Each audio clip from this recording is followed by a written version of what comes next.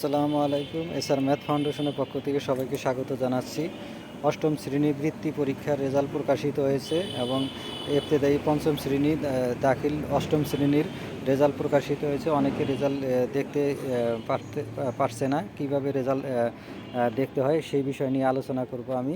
প্রথমে আপনারা এখানে ঢাকার শিক্ষা বোর্ড যে কোনো একটা লেখা লিখবেন। লিখলে আপনার একটা এইরকম একটা উইন্ডো চলে আসবে। ঢাকার শিক্ষা বোর্ডের একটা উইন্ডো চলে আসবে। এখানে ঢাকার শিক্ষা বোর্ড লেখাতে আপনি ক্লিক করবেন। ক্লিক করার পর এইখানে অনেকগুলো উইন্ডো চলে আসবে। শিক্ষা মন্ত্রণালয় জুনিয়র জিএস ও জেডি ভকেশনাল দাখিল অষ্টম ইবতেদায়ী পঞ্চম বৃত্তি পরীক্ষা 2025-এর ফলাফল। এখানে দেখেন Dhaka board, Rajshahi board, Comilla board, Jessore board, Chittagong board, Barisal board, Sylhet board, Dinajpur board, Mymensingh board, মাদ্রাসা বোর্ড এবং কারিগরি বোর্ড। এখন মাদ্রাসার দুইটা অপশন, একটা হলো দাখিল অষ্টম এবং ইবতেদায়ী পঞ্চম। আপনারা যেটা রেজাল্ট দরকার সেইখান থেকে সেই রেজাল্টটাই বের করতে পারবেন। যেমন আমি দিনাজপুর রেজাল্টটা আমি দেখানোর চেষ্টা করব।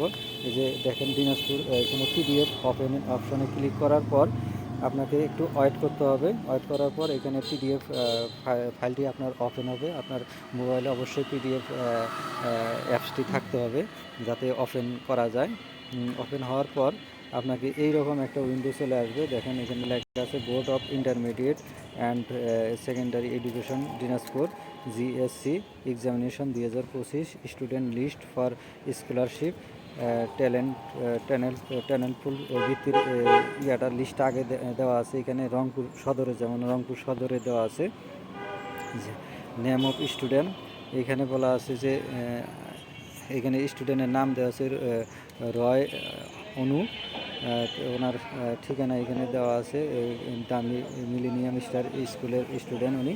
তারপরে এইভাবে প্রত্যেকটা শিটের মধ্যে আপনার এখানে নাম দেওয়া আছে বিভাগওয়ারি। এই যে পরে দেওয়া আছে যে থানা রংপুর সদরের দেওয়া আছে। তারপরে আপনার রংপুর সদর বিভিন্ন উপজেলা এখানে দেওয়া আছে। এইভাবে আপনারা রেজাল্টটা দেখতে পারবেন। আপনার যেটা দরকার সেটা নেবেন। যে ভিডিওটি ভালো লাগলে অবশ্যই আমার চ্যানেলটাকে সাবস্ক্রাইব করে রাখবেন।